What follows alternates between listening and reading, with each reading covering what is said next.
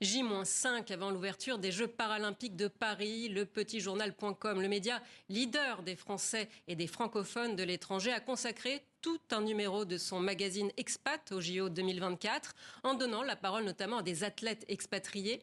Bonjour Hervé Hérault, vous êtes le président fondateur de lepetitjournal.com. Merci d'être avec nous.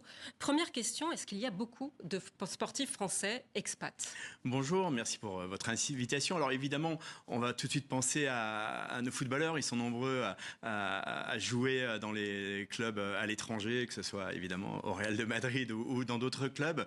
On pense aussi aux basketteurs avec la NBA et notamment notre nouveau phénomène Victor Wembanyama. Mais on a vu Léon Marchand qui est parti s'entraîner du coup avec succès pour la natation puisqu'il a glané 4 titres olympiques.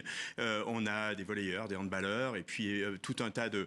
on l'a vu dans ce magazine, on a rencontré avec le petitjournal.com plein d'athlètes français. Je pense à Nawal Méniker qui fait du saut en hauteur, qui a participé au JO, qui est parti s'entraîner aussi aux États-Unis, mais aussi par exemple cette plongeuse qu'on voit en photo, Madeleine Bayon, qui elle, pour le coup, est une Française de l'étranger. Elle est née à l'étranger, elle a grandi à Lisbonne, elle vit aujourd'hui à Madrid et elle s'entraîne dans un cercle d'élite de plongeurs de haut vol. C'est la seule Française, la seule femme française qui fait du plongeon de plus de 20 mètres. Alors, tous ces athlètes ne partent pas tous pour les mêmes raisons. À l'étranger, vous parlez des footballeurs, c'est aussi parce qu'on les appelle souvent et parfois contre beaucoup d'argent. En dehors de ces raisons-là, est-ce qu'il n'y a pas d'autres raisons en général qui poussent certains athlètes à partir s'entraîner à l'étranger?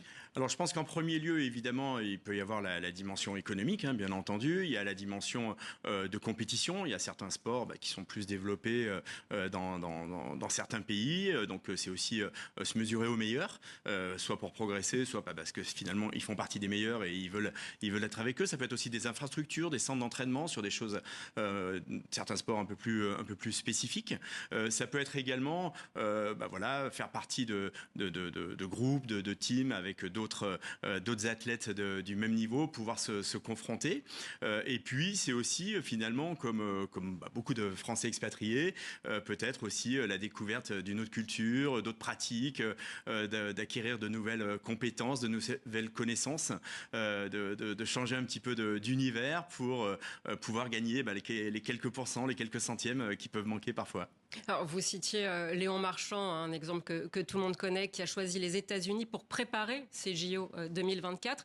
Est-ce qu'on observe ce même phénomène chez les para-athlètes qui sont partis à l'étranger, s'entraîner à l'étranger, auprès d'étrangers, pour ensuite revenir représenter la France? Alors c'est difficile évidemment de généraliser, mais on a des exemples effectivement dans notre magazine Expat notamment. On a interviewé Florence Alix-Gravillier qui est une championne de tennis fauteuil et qui avant les JO de Pékin était partie se préparer au Canada et bien lui en a pris puisqu'elle a ramené deux médailles de bronze.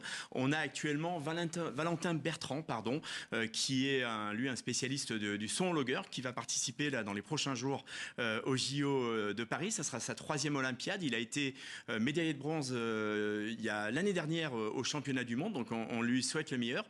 Et lui a rejoint une team qui s'appelle Para-Athletics, qui est vraiment dédiée à sa pratique du para-athlétisme, donc du saut en longueur en particulier, de façon à se préparer au mieux. Et eux, par exemple, comment ils expliquent leur expatriation? Comment ils l'expliquent? Je pense que dans ces cadres-là, c'est des gens qui sont devenus, par exemple, c'est le cas de Valentin, il est athlète à 100%, il a fini son master, aujourd'hui il a 29 ans, et il se consacre à 100% sur son sport.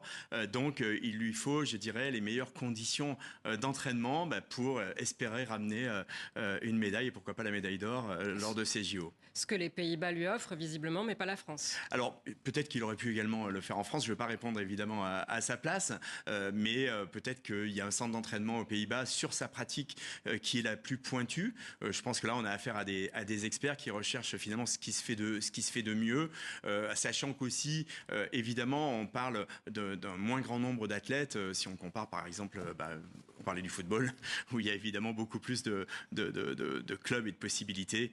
Donc là, peut-être que c'est plus restreint et que dans ce cadre-là, il a trouvé son bonheur à Amsterdam. Alors, Valentin Bertrand, Florence Alix-Gravillier, il y en a beaucoup d'autres exemples. Non seulement ont pu développer tout leur potentiel à l'étranger, mais en plus, grâce à ça, ils gagnent des médailles, mais Ils doivent rester la fierté de la France, qui compte sur eux pour faire rayonner l'Hexagone. La France les soutient quand même financièrement? Oui, absolument. Ils font partie évidemment des fédérations olympiques, hein, donc ils sont totalement intégrés. Ils participeront aux cérémonies d'ouverture. Ils recevront évidemment les primes. Ils sont soutenus et ils vont porter, j'espère, et on espère tous, haut les couleurs de la France. Je crois que c'était une des thématiques des organisateurs des JO cette année. C'était de vraiment pas dissocier les Jeux et les Jeux paralympiques, et de les considérer bien entendu comme des athlètes à part entière. Mais ce que je veux dire, c'est est-ce que quand ils s'entraînent à l'étranger, la France, puisqu'ils sont censés représenter la France, les soutient financièrement ou est-ce qu'ils sont entièrement pris en charge à l'étranger? Alors, tout dépend évidemment, mais ils sont évidemment soutenus bien entendu par la France puisque membres des fédérations. Alors, puis il y a aussi des expatriés sportifs amateurs qui s'investissent dans le handisport, à l'image, me semble-t-il, d'un ancien finaliste des trophées français de l'étranger en 2022 et aujourd'hui encore toujours investi à Singapour.